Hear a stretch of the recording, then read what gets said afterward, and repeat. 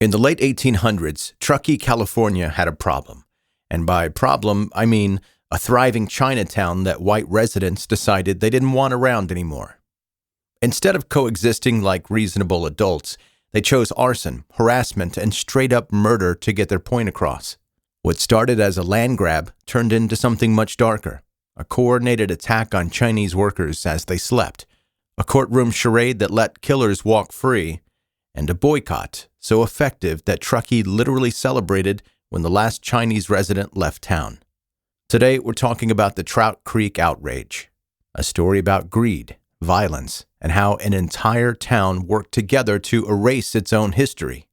But before we dive in, if you like your true crime brief and bingeable, you're in the right place. Hit follow now for at least 2 episodes every week. This is 10-Minute Murder. Let's get into it.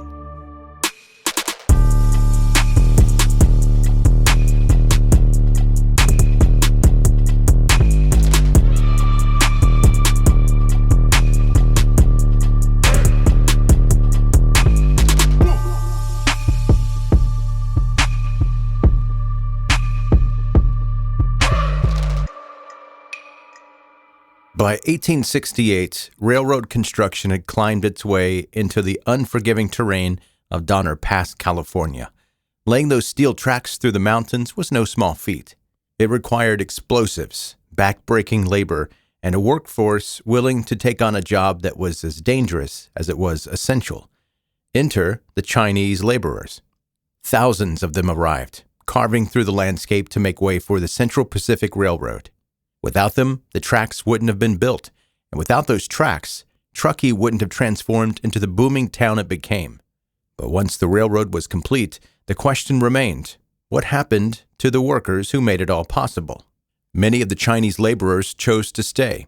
They had spent years shaping the land, and now they sought stability, maintaining the railroads they helped build, or finding work in Truckee's rapidly growing lumber industry. As their presence solidified, so did the town's Chinatown, which quickly became the second largest in the country. Out of Truckee's 1,467 residents, over 400 lived in Chinatown, creating a bustling community of workers, shopkeepers, and families. By 1869, Truckee's Chinatown was firmly established, enough to catch the attention of the New York Tribune, which published a piece describing the area. Quote, "A city of John Chinamen, with an appearance of Irish shanties, the inevitable saloons, a very comfortable railroad hotel, and certain thriving marks of infinite variety. There are long streets of Chinese laundries, barbers, stores, tea stores, peanut stands, and nondescript booths, all alike as 2 peas in a pod and adorned with big signs, persuasive no doubt to the celestial mind, and impenetrable to us." End quote. Now, I don't know exactly what they're trying to say by that, but I can tell by the context clues that Chinatown in Truckee, California was starting to really take off. The article paints a picture of a town that had fully embraced its Chinese population, though through the lens of condescension. That was standard at the time, but despite the dismissive tone, Truckee's Chinatown was thriving. That would not last. Just 6 years after the article was published, a fire tore through Chinatown, setting off a chain reaction that would bring this once prosperous community to its breaking point. At around 3 a.m. on a May night in 1875, a fire broke out in the kitchen of a Chinese restaurant in Truckee's Chinatown. Within minutes, the flame jumped from building to building, destroying more than 40 Chinese-owned structures and 4 houses on California's Front Street. The white-owned homes were insured. Most of Chinatown was not. The total loss was estimated at $60,000, about $1.66 million in today's money. While the Chinese community sifted through the wreckage, trying to salvage what they could, Truckee's white landowners saw an opportunity. At their own meeting, held not long after the fire, they came up with a plan to erase Chinatown altogether. The landowners informed the Chinese community that they could rebuild, but not on the land where Chinatown had stood for years. They would now have to relocate to the south side of the Truckee River. On paper, it might have looked like a simple reshuffling. In reality, it was a calculated move. Once the new Chinatown was under construction, the town announced a road expansion project that conveniently cut right through the middle of the new settlement, leaving very little space for homes or businesses. Within a month of the fire, local white residents had also raised enough money to purchase the land where Chinatown had originally stood, ensuring that no Chinese residents could return. They even worked out an agreement with landlords to block future sales or leases to anyone of Chinese descent. The message was clear. The white landowners had hoped that forcing Chinatown across the river would cause the Chinese population to dwindle. Instead, the people of Chinatown rebuilt right where they had been before. This wasn't just a logistical choice. For many, this was the first place they'd been able to set down roots after years of following railroad work across the state. Chinatown was home, and they weren't giving it up that easily. Truckee's white population, already uneasy about the growing Chinese community, saw this as an outright defiance, and that defiance would not go unanswered. The people of Truckee were furious. Instead of quietly accepting their forced relocation across the river, the Chinese community had rebuilt their homes and businesses exactly where they had been before. It wasn't just resilience, it was defiance.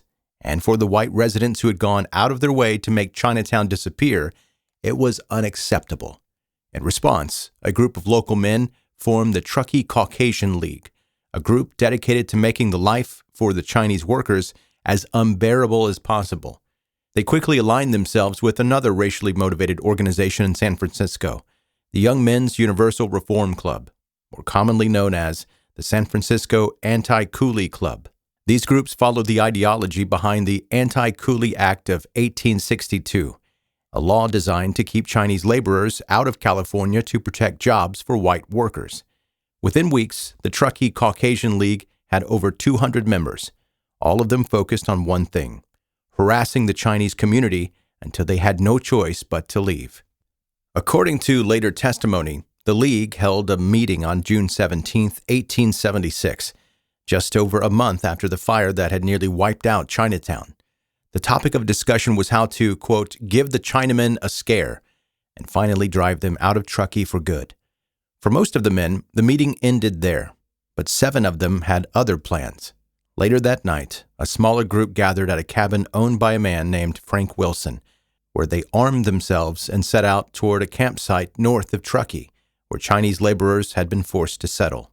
At around 1 a.m., they came upon the first cabin, where 2 men, Ah Joe and Ah Lang, were sleeping. George Gretchell and Jay O'Neill crept up to the cabin, doused it in kerosene, and set it on fire. Inside, Ah Joe and Ah Lang scrambled out to put the flames out. But the men outside weren't about to let that happen. They aimed their guns through the cabin windows and fired. Ah Lang was hit. He managed to survive by crawling into a hole and waiting for the gunmen to move on. The next day, 48 pellets were removed from his body. The mob moved on to the next cabin, where a group of Chinese workers were still sleeping, unaware of what had just happened. The men set this cabin on fire too and waited for someone to run. Ah Ping was the first to make it outside, racing to the river with a bucket to collect water to fight the flames. He never made it back. The men outside shot him in the stomach, forcing him to retreat into the burning building. With no other choice, he had the other men inside cover themselves in blankets to protect themselves from the fire. But the heat became unbearable, and eventually, they too had to risk running. Using the smoke and flames as cover, they escaped across the river, hiding Ah Ping in some bushes until daybreak.